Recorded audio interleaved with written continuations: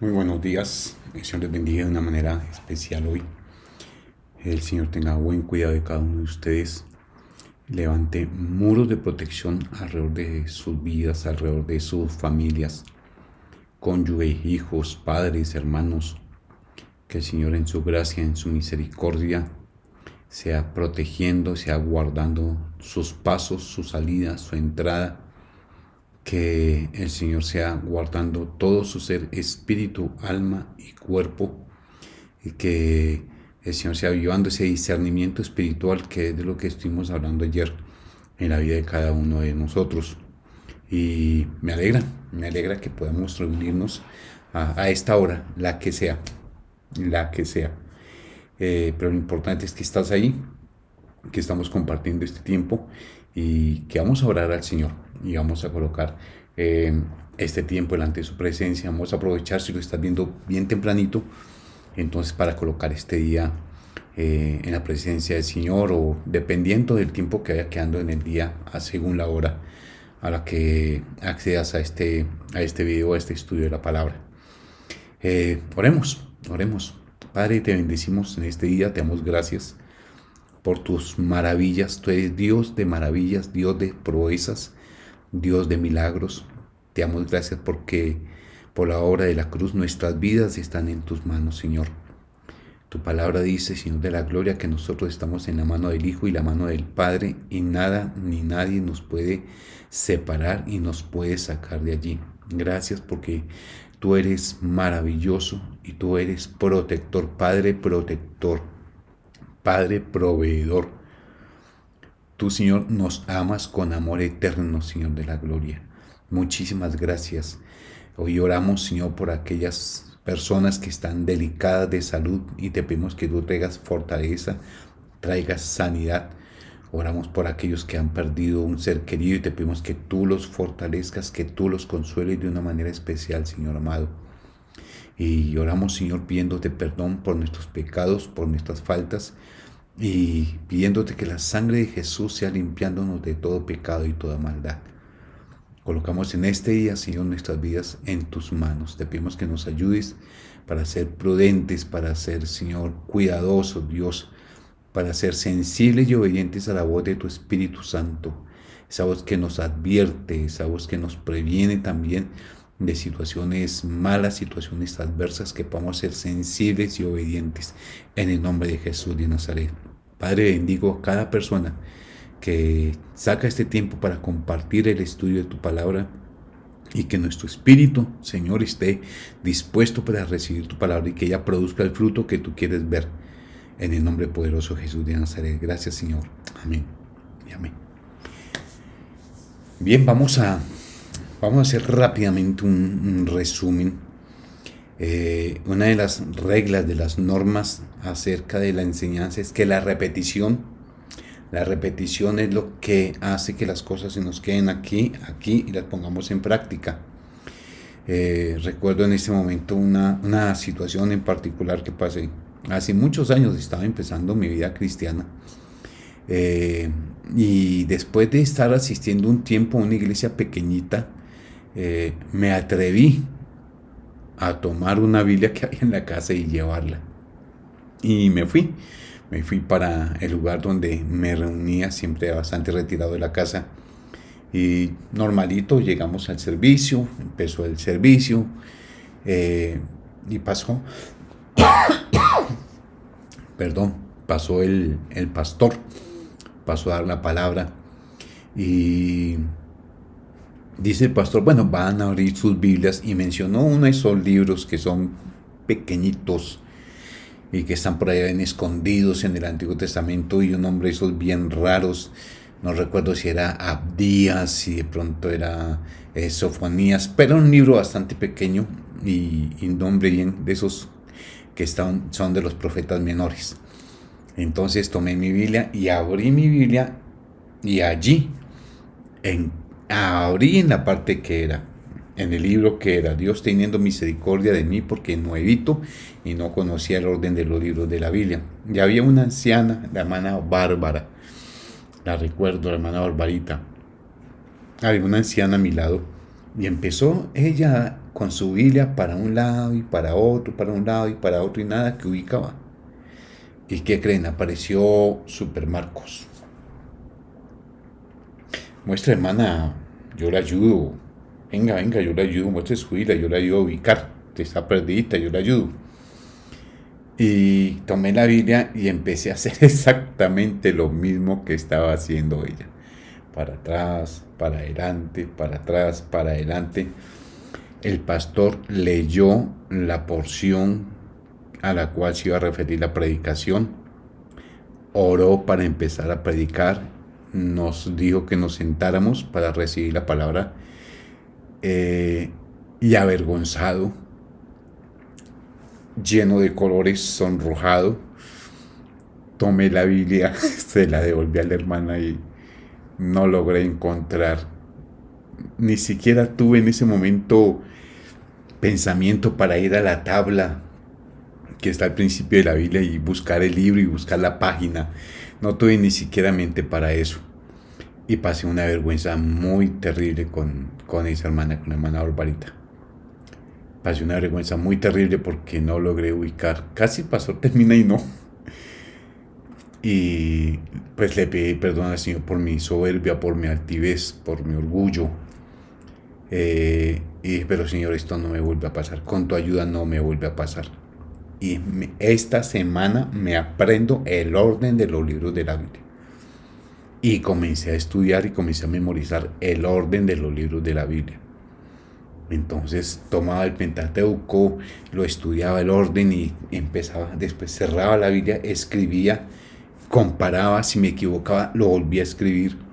Así pasé luego a los históricos, luego a los poéticos, luego pasé a los profetas mayores, a los profetas menores, el Evangelio, el libro de los Hechos, las epístolas paulinas, en fin, hasta terminar en Apocalipsis. Y era escribirlos y comparaba, y si había uno malo, empiece de nuevo desde Génesis a escribir. Es decir, la repetición nos ayuda a memorizar las cosas, y te animo en el nombre del Señor Jesucristo. Hoy tenemos la facilidad de tener aquí la Biblia, ¿no es cierto?, en diferentes versiones y todo, pero te animo a que te aprendas el orden de los libros de la Biblia, porque es de gran importancia conocer uno cómo está organizada. Entonces yo te animo, y a través de la repetición los vas a aprender más fácil. Ya van 8 minutos y no he empezado el tema. Entonces hemos hablado acerca de la batalla espiritual, la batalla de la lucha que tenemos, y dice allí Efesios 6:12: nuestra lucha en la palabra de Dios para todos, nuestra lucha no es contra seres humanos, sino contra gobernantes, contra autoridades, contra poderes de este mundo oscuro y contra fuerzas espirituales malignas del cielo. Que tenemos es una lucha espiritual, que nuestro batallar no es contra nuestro prójimo, cualquiera que éste sea, no es. Entonces, en ese sentido tenemos que pensar muy bien que hay una batalla espiritual que tú y yo estamos librando, quieras o no quieras, estás allí en esa batalla espiritual. Y si te armas bien con lo que Dios te ofrece y con lo que Dios me ofrece, y si nos armamos bien con la armadura de Dios que está en Efesios capítulo 6, y somos hacedores y estudiosos de la palabra, el Señor nos va a dar la victoria en esta batalla. Y hablamos acerca del espíritu y los componentes del espíritu: la conciencia, que es la que nos ayuda a diferenciar lo bueno y lo malo; la sensibilidad o discernimiento espiritual; la intuición espiritual; y hablamos acerca de lo que es la adoración. Estos 3 componentes, vimos los enemigos principales, en mi humilde opinión, que tiene cada uno de ellos. Entonces, hoy vamos a empezar a hablar acerca del alma. ¿Cuáles son los enemigos que batallan contra el alma? Y en el alma tenemos que entender que tiene 4 componentes. Generalmente decíamos que eran 3 componentes, y hasta no hace mucho, hará tal vez unos 2-3 años, también enseñaba que los componentes del alma son 3, pero en realidad los componentes del alma son 4.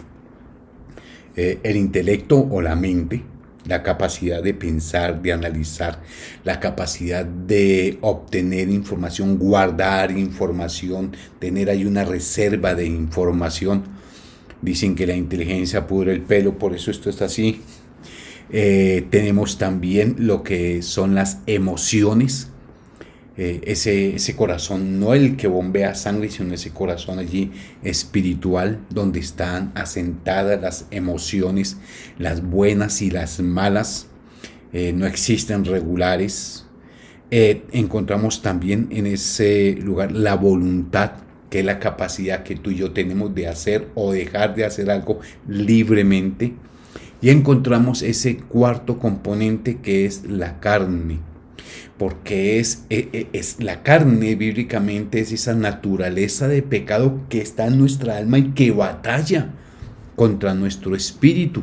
Por eso el Señor dijo, el espíritu está dispuesto, pero la carne nos hace débiles. Esa tendencia a pecar, esa tendencia a ser rebeldes a lo que Dios quiere para nosotros, esa tendencia a desobedecer, esa tendencia a hacer las cosas a nuestra manera, a hacer las cosas como yo quiero, como yo pienso que deben ser, sin tener en cuenta al Señor.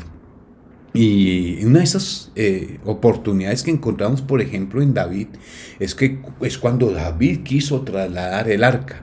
Y cuando David quiso trasladar el arca, el Señor tenía muy bien dicho y enseñado cómo se debía trasladar el arca. Debía ser en los hombros de los sacerdotes. Sin embargo, David mandó a hacer una carreta muy bonita, muy linda, y estaban llevando el arca en esa carreta, cuando de pronto una de las ruedas tropieza, el arca se va a ir al piso, y viene allí Usa e impide, coloca la mano en el arca para evitar que se cayera, y la situación allí resultó en la muerte de Usa, porque él no debió haber tocado el arca donde habitaba la presencia del Señor.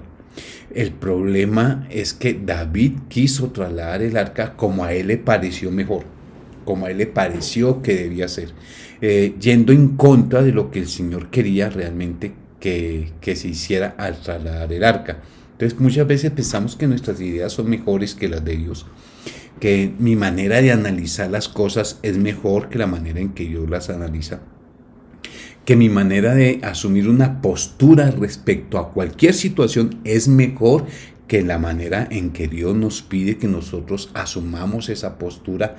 Entonces empezamos a relegar a Dios, porque nuestro ego es tan alto, nuestro orgullo, nuestra altivez es tan grande, que Dios no tuvo en cuenta este detalle y se equivocó.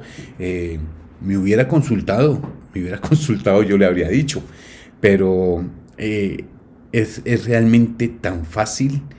Es tan fácil que el hombre caiga en la arrogancia, es tan fácil que caigamos en la altivez, en el orgullo, en la soberbia. Es tan fácil, no es sino hacer cualquier cosita más o menos bien y ya nosotros nos creemos lo último. No es sino hacer algo mejor de lo que lo hace otra persona y ya creemos que nosotros somos la cúspide, la medida, la vara para poder medir a los demás. Entonces tenemos la mente, las emociones, la voluntad y la carne. La carne, que es esa naturaleza de pecado que nosotros heredamos de Adán y de Eva, es la que busca influenciar y es la herramienta, es el aliado que tiene Satanás en nuestra alma. Porque todos nosotros cuando nacimos venimos ya con esa naturaleza de pecado que la Biblia llama carne, venimos con ese paquete dentro de nosotros. Tú sabes muy bien, a un niño no hay necesidad de enseñarle a mentir. Los niños mienten por naturaleza. A un niño no hay que enseñarle a ser envidioso. Ellos son envidiosos por naturaleza. Tú y yo, como hijos de Dios, tú y yo, como padres cristianos, necesitamos es ayudar a nuestros hijos y enseñarlos en la palabra del Señor, referente a la mentira, referente a la envidia, referente a tantas cosas que el Señor nos dice que hemos enseñado a nuestros hijos. No debemos permitir que ellos hagan todo lo que quieran, sino que tienen que ser instruidos por nosotros. Ese es nuestro papel como padres. El Señor nos los confió para que nosotros, en unidad con el Espíritu Santo, trabajemos en ellos y el día de mañana ellos puedan ser siervos y siervas del Señor.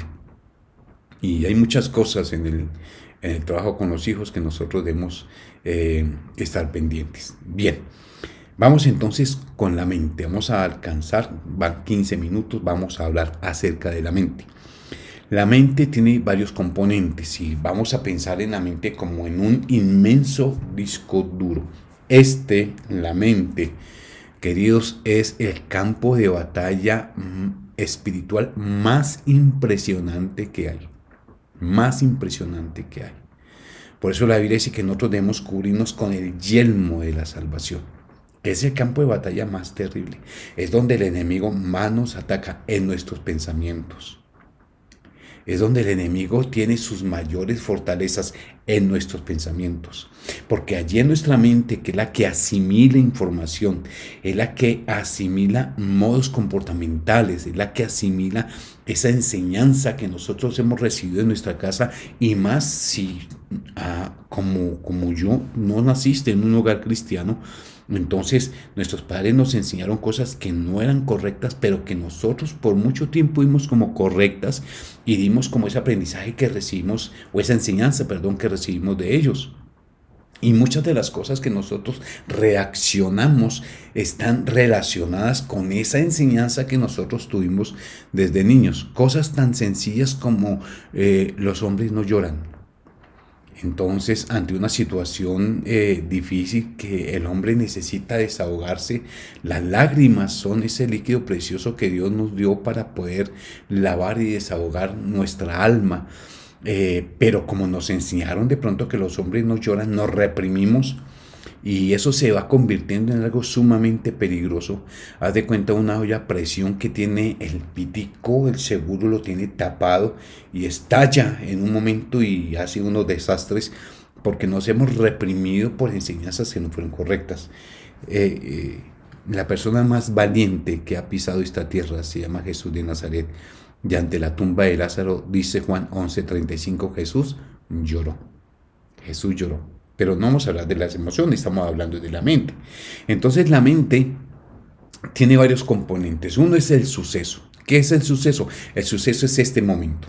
Es este instante en el que estamos los dos unidos por este medio ese medio informático, podemos llamarlo, ¿no es cierto? Puedo llamarlo así, de pronto me equivoco con el término, aquí por las redes sociales, estamos unidos. Este es el suceso, este momento que estamos viendo es el suceso. Después viene algo que es el consciente. Entonces en el consciente empiezan a asimilar cosas. En el consciente ya está lo que hablamos al inicio, o bueno, lo que estaba compartiéndoles al inicio. Allí empieza a quedar eso en mi conciencia y se empieza a almacenar en un compartimento, ¿no es cierto?, de algo que está cercano a este instante. Y más profundo del suceso está el consciente.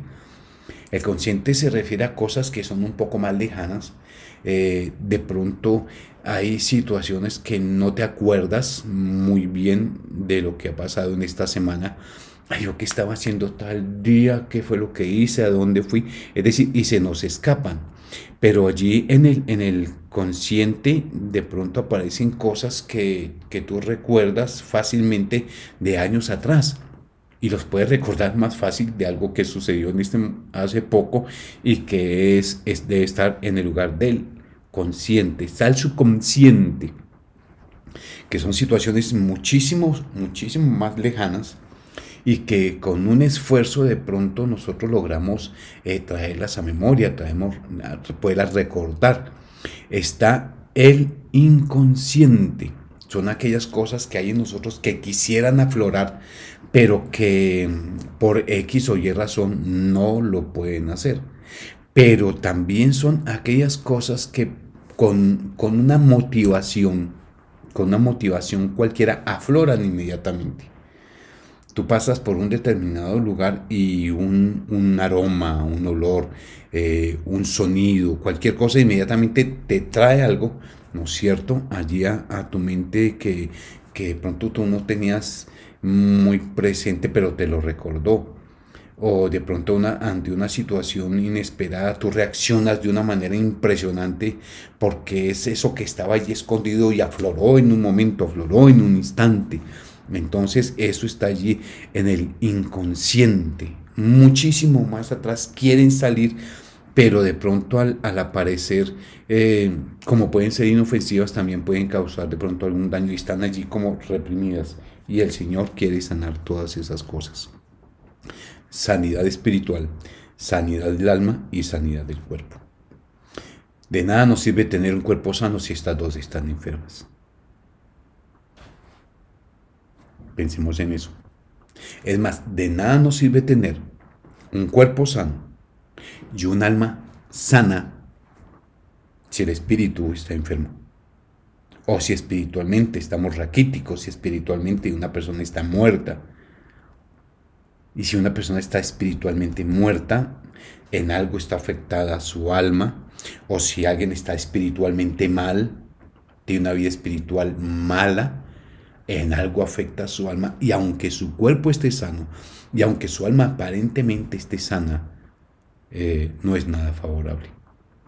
Por eso el Señor dijo, todo vuestro ser, espíritu, alma y cuerpo, en ese orden, espíritu, alma y cuerpo, la prioridad es buscar la sanidad espiritual, luchar, batallar por nuestra sanidad espiritual.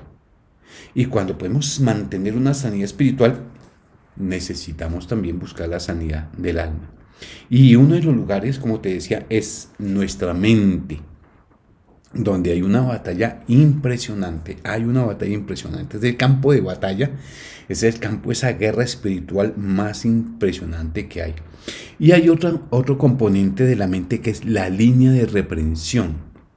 En la línea de reprensión se encuentran muchos traumas, en la línea de reprensión se encuentran muchas cosas que fueron causadas por algo realmente impactante en nuestras vidas. Está allí, en la línea de reprensión. Y por más que tú quieras recordar, por más que tú quieras traerlo a memoria, no, porque están bloqueadas allí, están allí aseguradas por ese trauma que ocasionaron en ese momento.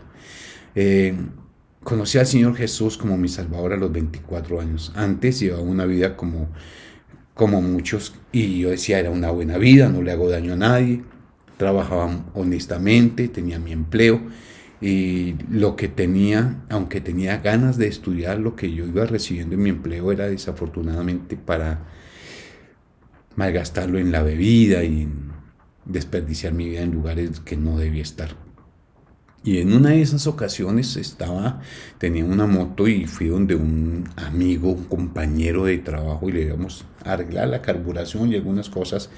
Y entre desbaratar y armar, bebiendo y bebiendo y bebiendo, de tal manera que cuando ya avanzada la hora de la noche me fui para la casa, fui a prender la moto, era una moto de patada en aquel tiempo, y fui a prender la moto, me fui al piso, él me insistió en que me quedara, dije no, tengo que llegar porque mi mamá se preocupa. Para cortar la situación, en mi regreso no recuerdo absolutamente algo.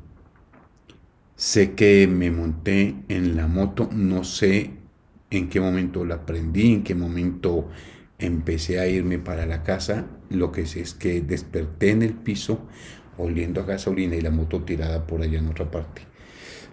Es el momento que yo no recuerdo cómo sucedió eso, cómo sucedió ese accidente. Fue bastante grave porque después ya en el hospital me di cuenta de las consecuencias y fueron bastante graves. Dios tuvo misericordia, Dios guardó mi vida porque Él sabía que un día yo se le iba a entregar a Él y le iba a ser su siervo, iba a ser un servidor de Él. Entonces esa es la línea de reprensión. Y aquí hay una cantidad de cosas que el Señor tiene que sanar, hay una cantidad de paradigmas, hay una cantidad de cosas en nuestra mente que nosotros pensamos que son así simplemente porque nos las enseñaron de una manera equivocada. Y pensamos que que esos sistemas y esas formas de pensar, de analizar, esas filosofías humanistas, esas filosofías huecas, esa falsamente llamada ciencia, llama la Biblia, es prioritaria y es suprema frente a la Biblia. Pero resulta que esa no es la palabra de Dios. La Biblia es la palabra del Señor. No es lo que nos enseñan en muchas ocasiones autoridades como familiares, un papá, una mamá, un tío, un abuelo, un docente, sea en el colegio, sea en la universidad, y meten en nuestra mente porque allí eso alberga todo, maneras de analizar, de pensar, de actuar, de conjeturar en algo y van en contra de lo que dice la Biblia. Yo te aconsejo que creas en el Señor. A ti que ya recibiste a Jesús de Nazaret como tu Salvador, te aconsejo que creas en la palabra del Señor. Y te aconsejo que te concientices, por favor, de que la palabra de Dios está por encima de cualquier forma de pensamiento, de cualquier paradigma que ya tenemos en nuestra mente, cualquier esquema que ya tenemos en nuestra mente. Entonces, la mente está compuesta por suceso, consciente, subconsciente, inconsciente y línea de reprensión. ¿Cuáles son los enemigos más impresionantes que tiene la mente? Los principales enemigos son la confusión y el orgullo. La confusión. Alguien dice, es que quiere pescar en río revuelto. Eso es la confusión. La confusión pesca en río revuelto. Cuando las cosas no están claras en nuestra mente, claras conforme a lo que dice la palabra del Señor. Por eso dice la Escritura, en esto pensad, en todo lo que es bueno, amable, de buen nombre, si hay virtud alguna, si hay algo digno de alabanza, ¿no es cierto? Si hay algo admirable, si hay algo verdadero, en eso pensad, dice la Escritura. Y todo eso se resume en Jesús de Nazaret. Entonces debemos pensar realmente en qué haría el Señor estando en nuestros zapatos en un determinado momento, al tener que enfrentar la confusión, al tener que enfrentar el orgullo, que son los que quieren gobernar nuestra mente. Dice en Efesios 6:12, uno de los enemigos o en las huestes angelicales demoníacas, uno de los enemigos que hay es poderes de este mundo oscuro. Poderes de este mundo oscuro. Y ese poder es el que quiere dominar y quiere gobernar sobre nuestra mente, haciendo afianzar allí conceptos que son totalmente anticristianos, antibíblicos, antidios, antivalores cristianos. Y los quiere afianzar y los quiere hacer ver como una verdad. Y es donde nosotros necesitamos recurrir al Señor para que nos ayude. Dice allí en Colosenses 2:18. Vamos a buscar Colosenses 2:18, el que nos dice allí la Escritura.